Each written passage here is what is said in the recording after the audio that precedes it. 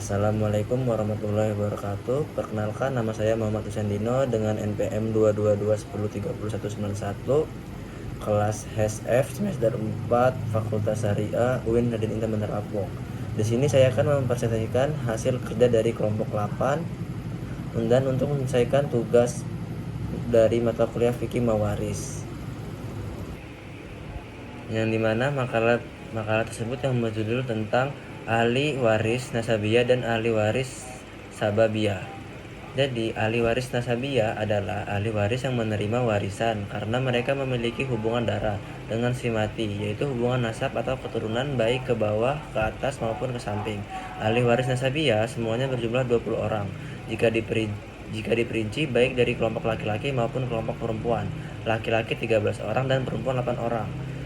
Jadi, dalam kelompoknya ahli waris nasabiyah yang laki-laki, yang pertama anak laki-laki atau al-ibnu, yang kedua cucu atau laki-laki keturunan anak laki-laki, yang ketiga bapak, yang keempat kakek dari garis bapak, dan seterusnya ke atas al-jad.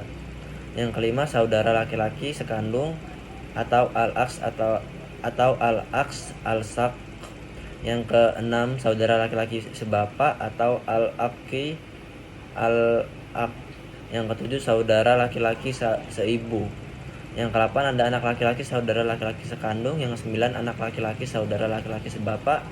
Lalu selanjutnya ada paman sekandung. Yang ke-11 ada paman sebapak. Yang ke-12 anak laki-laki paman sekandung. Yang ke-13 anak laki-laki paman sebapak. Jadi kelompok ahli waris nasabiyah yang perempuan, yang pertama ada anak perempuan albin, yang kedua cucu perempuan keturunan laki-laki, dan seterusnya ke bawah. Yang ketiga ibu, yang keempat nenek garis ibu, yang kelima nenek garis bapak, yang keenam saudara perempuan sekandung, yang ketujuh saudara perempuan sebapak al-uk, yang ke-8 ada saudara perempuan seibu. Dalam pembagiannya yang lebih dekat, ada kelompok al-furu atau al-warid adalah terdiri dari keturunan almarhum mulai dari anak sampai ke bawah. Yang pertama ada anak laki-laki, yang kedua anak perempuan, yang ketiga cucu laki-laki garis keturunan laki-laki, yang keempat cucu perempuan garis keturunan laki-laki. Lalu kelompok ahli waris usul adalah para orang tua dan leluhur dari almarhum, yaitu bapak, ibu, kakek garis bapak, dan nenek garis ibu. Lalu ada lagi pembagian yang lebih dekat. Kelompok terakhir adalah hawasi, yaitu golongan kerabat samping, mulai dari yang terdekat sampai keturunannya. Di antaranya yaitu saudara laki-laki sekandung, saudara perempuan sekandung, saudara laki-laki sebapak, saudara perempuan sebapak, saudara laki-laki seibu, saudara perempuan seibu, anak laki-laki saudara sekandung atau ponaan, lalu ada anak laki-laki saudara laki-laki sebapak, lalu paman sekandung, lalu paman sebapak, lalu anak paman sekandung, dan anak paman sebapak. Lalu ahli waris sababiyah.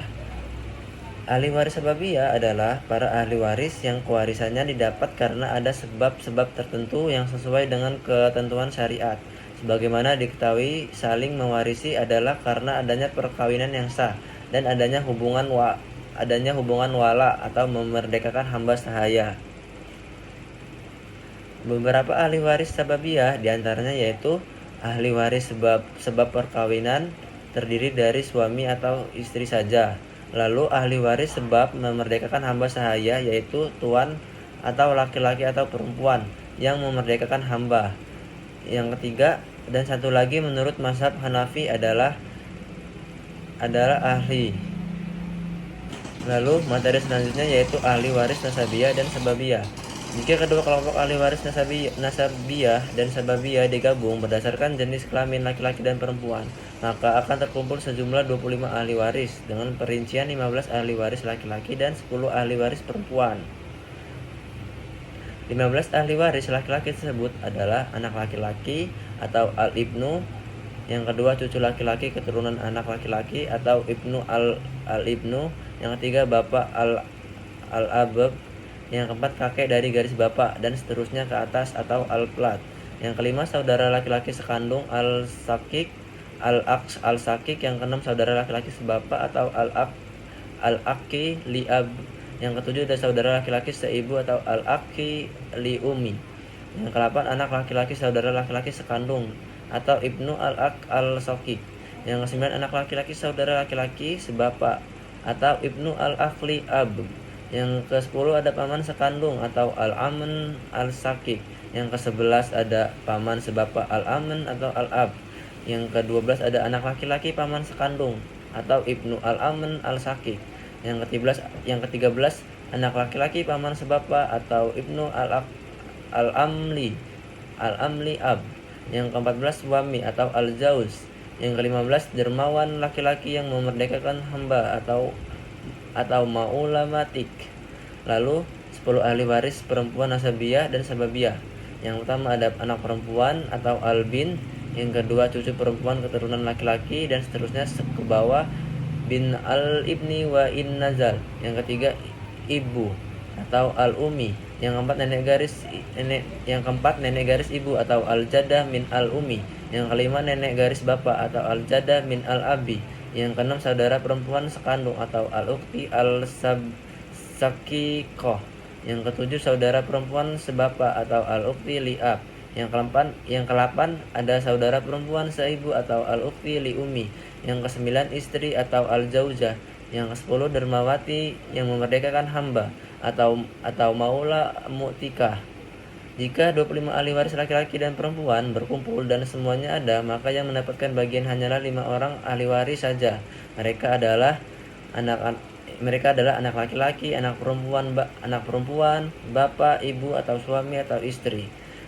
Bergugurnya para ahli waris dan hak menerima bagian harta waris jika semuanya berkumpul dalam satu keluarga, tidak lain karena keadilan hukum kewarisan Islam yang telah mengutamakan kerabat yang lebih dekat daripada yang lain.